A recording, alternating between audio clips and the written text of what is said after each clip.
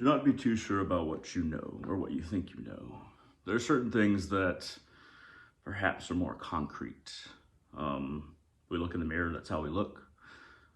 This is the shape of our body, this is the color of our skin.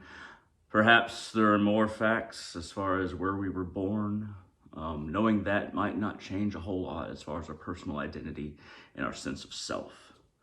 The planet is fairly solid, and the people around us are humans. There's not a whole lot that needs to be definite in our minds. And I think that people put far too many definitions on their existence, who they are, and their capabilities, most importantly.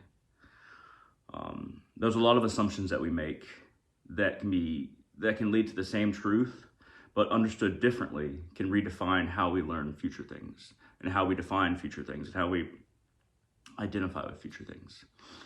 I'll give a few examples. One example is, both my parents really love mutton. They really love mutton. I don't know why I chose mutton, but we're going with mutton. They really like mutton, so I like mutton. Or my father has a cruel streak sometimes when he's mad. So when I get mad, sometimes I have a cruel streak. Or my mother came from a family who was very introverted, so that makes me introverted. We're getting very specific with a lot of these personality points, and it's because this point is very specific. We went from obtuse with mutton into the more specific. But in regards to, let's go with the latter two. Well, first one, mutton. Maybe you just convinced yourself you liked it. Or perhaps both are true. There's something in your genes that makes you like mutton. And you got used to it. Both things can be true, and both lead to you liking mutton. Same thing with the idea of your father being cruel when he's mad. You can think that it's in your genes, that it's in your blood, that it's in your family history. Look at his father and his father's father. Or you can think that it was a learned thing. Or perhaps there's something within yourself, an unwillingness to really analyze yourself on action-to-action relationship, decision-decision relationship with every decision that you've made, every action that you've done, and every kind of outburst that you ever had. At one point you decided, I'm cruel when I'm angry. And instead of it being genetic, instead of it even being learned, it's just an unwillingness and a resignment to genetics, a resignment to a learned behavior, an unwillingness to look at the same things that perhaps other people around you refuse to look at. Your actions, why you have outbursts, a refusal to try to control yourself. That part of that might have been learned, but that's still your responsibility. And perhaps all three of those things are true. It's in your blood, it was learned behavior, your dad influenced you in some way, and you're unwilling to look at your actions. All these things can be true. There doesn't need to be a decision on which one is true. And that's an important lesson about reality itself. Same thing with the introverted mother thing. You can say it's genetic, you can say it's a learned behavior, or you could say that it's also an unwillingness to open up. And it could be all three or any combination therein. What's important is that you don't put periods on the ends of these paragraphs in describing yourself. You don't confine your self-understanding to something that is decided based on something you cannot change. Genetics or learned behavior. Some people think that they can't unlearn something, that they can't learn something else. If you're willing to take responsibility for how you are, rather than putting it up to something that you cannot change, you'll find you have way more freedom, and your identity is not as solid as it would have been if it wasn't changeable. It's easier to decide things for ourselves about what things are, how the world is. The world is pain. It's easy to say that. It's harder to try to put yourself in a better situation to where the world is not as painful. Some things, perhaps there's always going to be some kind of pain to the world, or some kind of cruelty to your character, or some kind of introvertedness to the way that you relate to people. But the intensity of these qualities can be changed. And once again, if we decide something is definite and that's unchangeable, we have no give. If we decide that there are a number of different intensities to all of these, lesser and higher to anything that you are, then at least you have more wiggle room. At least if you still feel like you got something from somebody, there's still more wiggle room if you understand that frequencies and intensities can be changed. There's a lot of things that people decide early on, even about belief.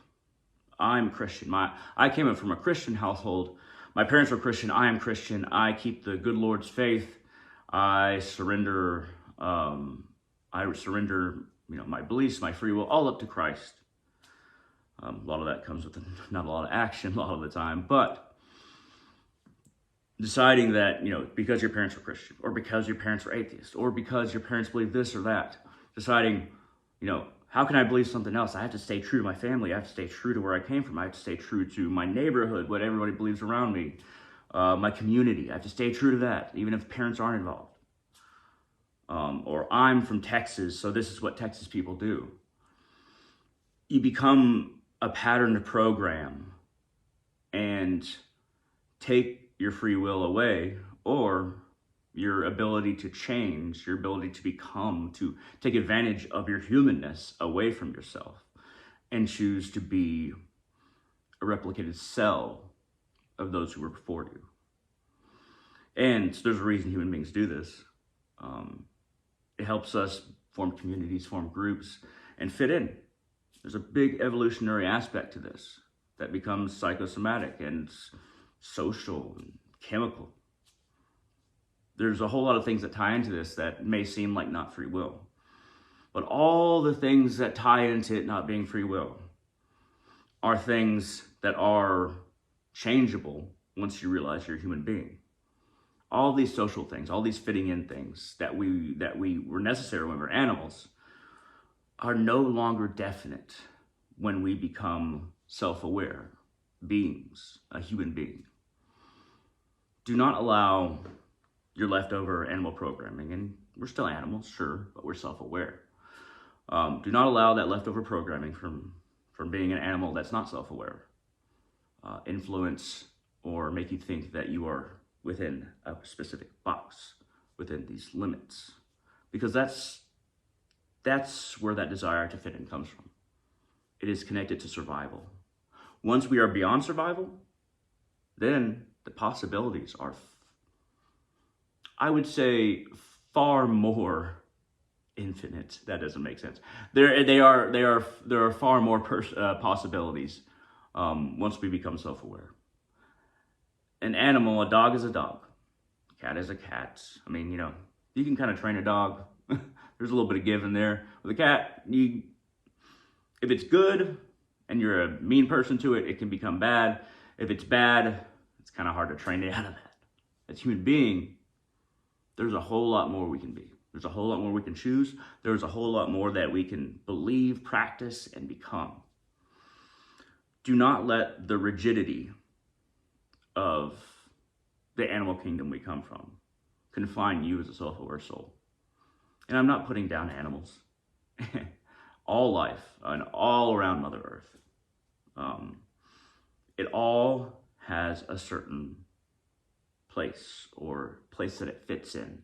Human beings alone on this planet are ones who can choose where they fit in and what they do. Still going to be within the framework of this planet, this multiverse, but we can become aware of the framework. And we can figure out just how far we can go in a number of directions. Do not be afraid. Limit the amount of things that you've decided are definitions to your reality, are the limits to yourself as a human being. If you look within yourself, if you analyze what you do and why you believe what you believe and who you are, and just go throughout your day and just say, why do I respond this way? Why do I respond that way? Because we have all these impressions that build up over time. And a lot of the time, the mind is just making us react. The mind itself is just reactionary. It is not something that is innovative. The mind is also an extension of our animal nature. But you are more than your mind. And you can insert will, your personal will, into your mind and even change how you think. But remember, the mind will just react based on former impressions and just tiny decisions that we made kind of consciously into a pattern of thinking that just spins in a very similar wobble on the axis of ourself. So, you are not defined by what you think you're defined by.